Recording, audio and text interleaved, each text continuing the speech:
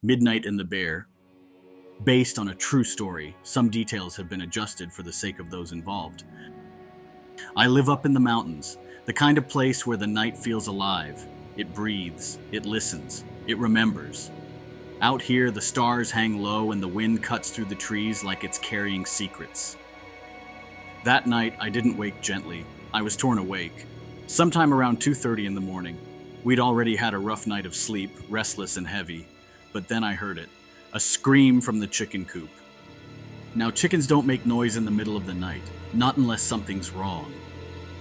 I sat up fast, heart pounding, and started digging through my drawers looking for pants. My partner, Karina, stirred beside me. Half asleep, half annoyed, she asked, "What are you doing?" I don't even remember exactly what I said, something like, "Something's happening to the chickens." And in that instant, she was wide awake. We moved fast. I pulled on my shoes, went to the arena door. When I cracked it open, Karina gasped, "Babe, there's a bear!" She'd seen it, a dark shape bolting off into the night, startled by the door and the sudden flood of light. I stepped forward, but she stopped me, handed me the rifle, and lifted the spotlight in her other hand. She was calm. Too calm, the way people get when adrenaline takes the wheel. We hurried to the new coop. The air was cold, sharp, the kind of silence that buzzes. When the beam of the light hit the coop, I saw it. One of the nesting boxes ripped clean off, wood splintered like matchsticks, feathers everywhere. We counted 7 chickens left out of 18. The night swallowed everything beyond the circle of our light. It was pitch black. We worked wordlessly, taking turns holding the flashlight, grabbing terrified birds, handing them off. The smell of earth and panic hung thick in the air. After a while, it made more sense to switch. I took the rifle and the light. Karina started moving the birds to the old run. We found 4 more wandering the yard, dazed but alive. I was just starting to think maybe it was over when the spotlight on the front of the house flicked on. Motion sensor. Something moved. I turned, scanning the darkness, and then I saw it. A shape at the edge of the house, the faintest glint of light on fur. The bear's face came around the corner, slow and deliberate, like it had been watching us the whole time.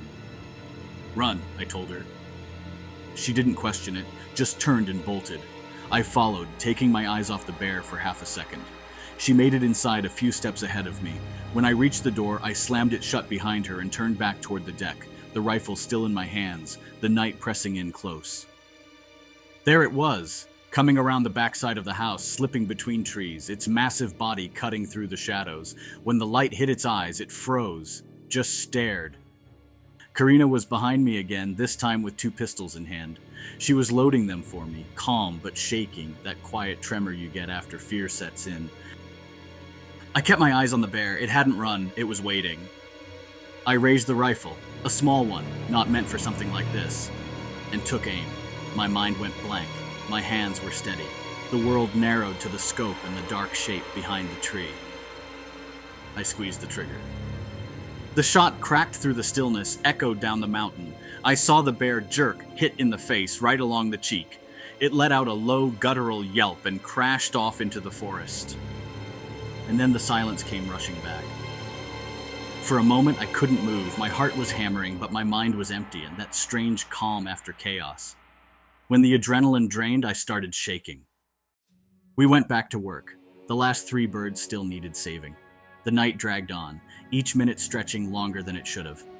By the time we got everyone secured in the old coop, it was after 3 in the morning. It had felt like hours. At dawn, the forest looked different. Quiet, innocent, like nothing had ever happened. But the damage was there, shredded boards, broken latches, feathers scattered like snow. As Karina checked the coop, I stood on the deck, scanning the yard. That's when I heard a sound beneath me, soft, hesitant.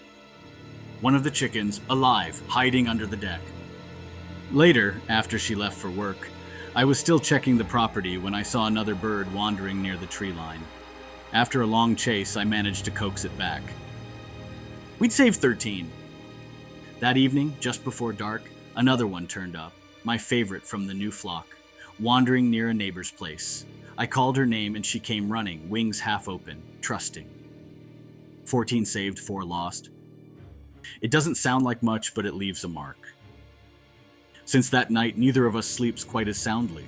Every sound after dark sets the heart racing. We don't step outside without light, without arms, without a plan.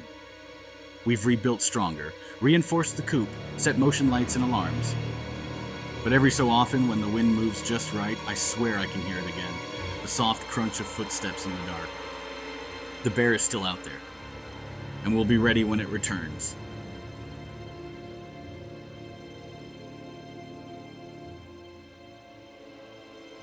Thank you for listening. This story is very close to me. I will not forget that night or the look in that bear's eye. Please comment, like, and subscribe, and have a wonderful day.